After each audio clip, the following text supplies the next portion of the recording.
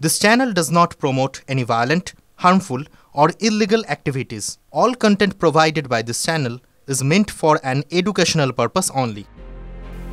সোমবার মুক্তিযুদ্ধে বিজয়ের ৫৪তম বর্ষ পালন করতে চলেছে বাংলাদেশ। তার আগে শুক্রবার রাত থেকে দেশের নানা প্রান্তে সভা সমাবেশ করল আওয়ামী লীগ। ঢাকা সহ দেশের সব বড় শহরে একাধিক সভা হয়। কোথাও কোথাও পুলিশ ও সেনা এসে বাধা দিলেও বেশিরভাগ জায়গায় তা নির্বিঘ্নেই সম্পন্ন হয়েছে। তাৎপর্যপূর্ণভাবে কয়েকদিন আগেও আওয়ামী লীগের সভা সমাবেশে হামলা করেছে পথচলতি মানুষ। অথচ শুক্রবারের বিভিন্ন সভা সমাবেশে ভিড় করেছেন তাদের অনেকেই।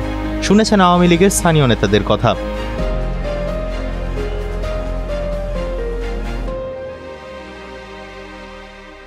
ঢাকার একাধিক সরকারি সূত্র বলছে, কিভাবে আওয়ামী লীগ এভাবে সভা করতে পারল তা নিয়ে সরকারের অন্দরে প্রশ্ন উঠেছে। গোয়েন্দা ব্যর্থতার দিকেও আঙুল তুলেছেন অনেক উপদেষ্টাই। শেখ হাসিনার দলের আচমকা রাজপথে গর্জন নিয়ে প্রশাসনের প্রতি বিরক্তি প্রকাশ করেছেন জামাতের ইসলামীর আমির শফিকুর রহমান। তার মতে স্বৈরাচারী আওয়ামী লীগকে রাজনীতিতে ফেরানোর চেষ্টা হচ্ছে। কিছু লোক আওয়ামী লীগ বিরোধী মুখোশ পরে হাসিনার দলের হয়ে কাজ করছে। আওয়ামী লীগ সূত্রের খবর, বিজয় দিবসকে সামনে রেখে দল একাধিক সভা সমাবেশ করার সিদ্ধান্ত নিয়েছে।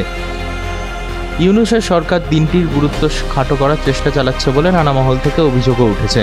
রাজনীতির বাইরে থাকা মানুষও এতে বিরক্ত। জয় বাংলাকে জাতীয় স্লোগান হিসেবে মানতেও আপত্তি করেছে ইউনূস সরকার। তাতেও বিরক্ত বাংলাদেশের বহু মানুষই।